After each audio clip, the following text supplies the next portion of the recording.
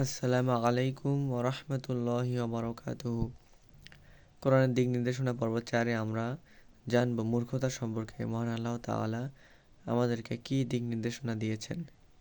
আল্লাহ তাআলা কোরআনুল কারীমের সূরা মুজাদালাহ এর 11 নং আয়াতে বলেছেন, হে মুমিনগণ, যখন তোমাদেরকে বলা হয় মজলিসে স্থান প্রশস্ত করে দাও, তখন তোমরা স্থান প্রশস্ত করে দিও।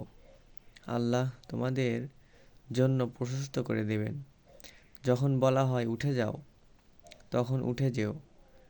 তোমাদের মধ্যে যারা ঈমানদার এবং যারা জ্ঞানপ্রাপ্ত, আল্লাহ তাদের মর্যাদা উচ্চ করে দেবেন। আল্লাহ খবর রাখেন যা কিছু তোমরা করো। এই আয়াত থেকে আমরা জানতে পারি, যখন বলা হয় তখন উঠে যেও, এরকম আল্লাহ তাআলা বলেছেন। অর্থাৎ বিচক্ষণতার সাথে কাজ করতে হবে এবং মূর্খ থাকা যাবে না।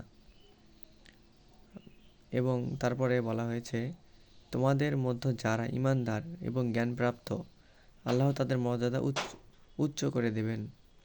অর্থাৎ আমাদেরকে প্রথমে ঈমানদার হতে হবে, এরপরে আল্লাহর সাথে সম্পর্ক মজবুত করতে হবে, গভীর করতে হবে এবং আল্লাহ তাআলা আমাদেরকে তারপরে জ্ঞান দেবেন, উত্তম জ্ঞান দান করবেন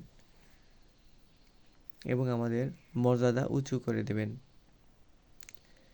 কোরআনুল কারীমে প্রথম নাজিলকৃত আয়াতটি হলো পড়ো। এজন্য জ্ঞান অর্জন করা ফরজ। আল্লাহ আরেকটি আয়াতে বলেছেন, যিনি জানেন আর যিনি জানেন না, উভয়ে সমান নয়। হালাল হারাম, জায়েজ নাজায়েজ, মুবাহ নানা বিষয়ে জেনে বুঝে আমল করতে হলে সর্বপ্রথম জ্ঞান অর্জন করা প্রয়োজন। যদি এ বিষয়ে জ্ঞান না থাকে, তাহলে ইবাদতে শিরিক, বিদআত ইত্যাদি হওয়ার সম্ভাবনা রয়েছে। আল্লাহ তাআলা আমাদের জন্য জ্ঞান অর্জনের পথটা সহজ করে দিন এবং দুনিয়া এবং আখিরাতে উত্তম জ্ঞান এবং উত্তম রিজিক দান করুন। আমিন। সুবহানাকাল্লাহুম্মা ওয়া বিহামদিকা আশহাদু আল্লা ইলাহা ইল্লা আনতা আস্তাগফিরুকা ওয়া আতুবু ইলাইক। আসসালামু আলাইকুম ওয়া রাহমাতুল্লাহি ওয়া বারাকাতুহু।